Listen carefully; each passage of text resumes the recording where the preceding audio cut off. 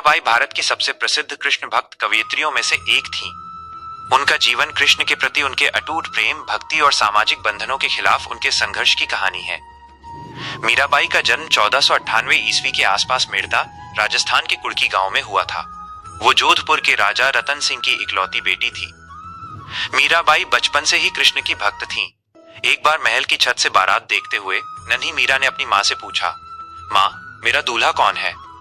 उनकी माँ ने पास रखी कृष्ण की मूर्ति की ओर इशारा करते हुए जवाब दिया, ये रहा तेरा दूल्हा। ये साधारण सा जवाब छोटी सी मीरा के मन में हमेशा के लिए बस गया।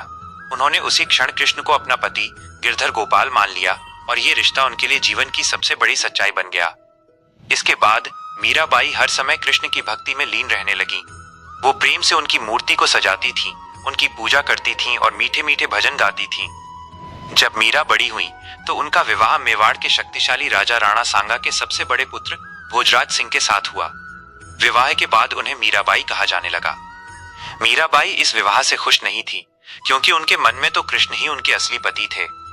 विवाह के बाद वो अपनी प्रिय कृष्ण की मूर्ति को भी अपने साथ ससुराल ले गईं। मेवाड़ के राजमहल में भी उनकी भक्ति बढ़ती गई। वो अपनी पूजा और भक्ति को राजमहल की सीमाओं में नहीं बांध पाईं। वो अक्सर गांव के मंदिरों में जाती थीं, जहां वो आम लोगों के साथ मिलकर कृष्ण के भजन गाती थीं और भाव विभोर होकर नृत्य करती थीं। उनका ये व्यवहार राजघराने की मर्यादा के खिलाफ माना जाता। मीरा के पति की मौत के बाद मीराबाई को अनेक प्रकार की तकलीफें ससुराल वाले देने लगे। मीराबाई को उनके परिवार के सदस्यों से बहुत कष्ट मिलने लगा। भगवान की भक्ति घर से बाहर निकलकर करने के कारण उनके परिवार वालों ने उन पर कई तरह के आरोप लगाए। उनके जेठ राणा विक्रमादित्य और अन्य राज परिवार के सदस्य उनकी भक्ति को राजघराने के लिए जनक मानते थे और उन्हें रोकने की कोशिश करते थे। एक बार मीराबाई को भरी सभा में उनके जेठ ने एक प्याली में जहर देकर मारने की कोशिश की, लेकिन कृष्ण के प्रति उनकी अटूट भक्ति और विश्वास के कारण वो जहर भी अमृत बन गया और मीराबाई को कोई हानि नहीं हुई।